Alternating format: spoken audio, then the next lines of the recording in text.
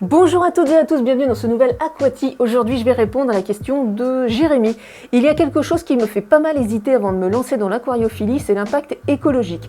Comment faire pour pallier à ce problème? Importation des plantes, poissons qui viennent dans ces eaux de l'autre bout du monde, les accessoires et tous les consommables, la consommation d'énergie, etc. etc. Alors Jérémy, tu n'es pas le seul à te poser ce type de questions. Moi-même, je me pose très souvent cette question. J'essaie de faire en sorte que l'aquariophilie que je pratique soit le plus écologique possible. Évidemment, toute activité humaine ne peut pas être écologique. On consomme toujours quelque chose, de l'électricité, des ressources, etc. etc. Donc l'écologie 100%, c'est à mon avis utopique. Mais on peut faire de l'aquariophilie en étant écologique et je vais revenir sur les points que tu as mis en lumière. Tout d'abord, les poissons. Contrairement à ce que beaucoup pensent, ils ne viennent pas tous d'Asie. En France, on est surtout fourni par des éleveurs et des centres d'acclimatation qui se trouvent en Europe et il y en a même des françaises. Donc ça vient pas forcément de si loin que ça. C'est très rare que ça vienne d'Asie. On peut aussi facilement contourner ce problème en prenant des poissons d'éleveurs locaux. Il y a toujours des personnes qui vont élever des poissons près de chez nous dans notre département ou des personnes qui ont des guppies, des poissons assez simples comme ça, qui se reproduisent très facilement. Donc on peut avoir des poissons qui ne viennent pas de l'autre bout du monde sans trop de soucis. C'est assez facile de nos jours de trouver ne serait-ce qu'un club aquariophile qui fait de la reproduction de divers poissons et qui pourra soit te les vendre, soit te les donner. Donc c'est plutôt une bonne nouvelle de ce côté-là.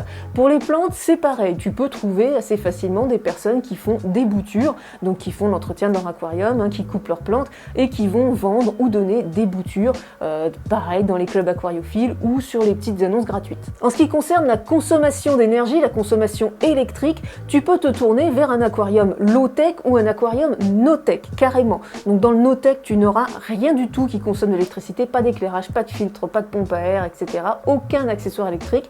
Le seul truc, c'est qu'il va falloir avoir plein de plantes, des petits poissons en petits noms et mettre ton aquarium près d'une fenêtre pour qu'il puisse profiter de l'éclairage extérieur.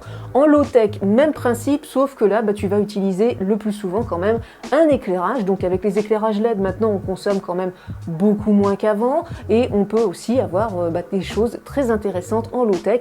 Mais par contre, ça va limiter sur les espèces de poissons. Tu pourras par exemple avoir plus difficilement des poissons rouges ou des gros cyclidés qui sont très pollueurs et qui vont nécessiter un filtre assez important. Après, tu parles d'accessoires et de consommables. Justement, si tu veux faire un aquarium écologique, il faut éviter un maximum d'acheter des trucs qui servent à rien. Les consommables, c'est souvent les masses de filtration. Donc ça, je l'ai déjà dit dans une vidéo, c'est pas utile de les changer tous les 3-4 matins. Bien au contraire, ça peut vous faire toute une vie les masses de filtration biologique. Donc tu n'auras pas forcément besoin de racheter tout un tas de choses. Dans l'idée, je pense aussi qu'il est intéressant de ne pas vouloir chercher écologique et pas cher.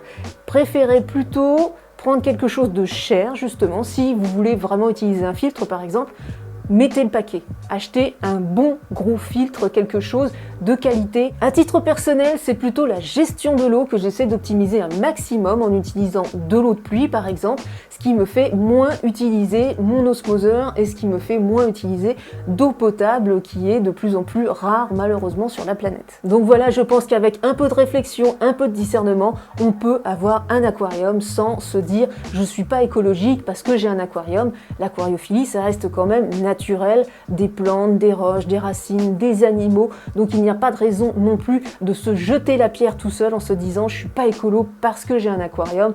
Il y a très certainement beaucoup d'autres choses qu'on fait dans notre vie qui sont encore moins écolo que d'avoir des aquariums. Donc à nous de faire en sorte que notre hobby soit le plus écologique possible, notamment en faisant attention à notre consommation électrique et en faisant attention à notre consommation d'eau également. Voilà, si vous aussi, comme Jérémy, vous voulez me poser une question, n'hésitez pas, vous allez dans la description, vous cliquez sur le lien, ça vous emmène vers un formulaire, prénom, question, vous me l'envoyez et peut-être que je répondrai à celle-ci dans une prochaine vidéo. Je vous dis à bientôt, bye bye.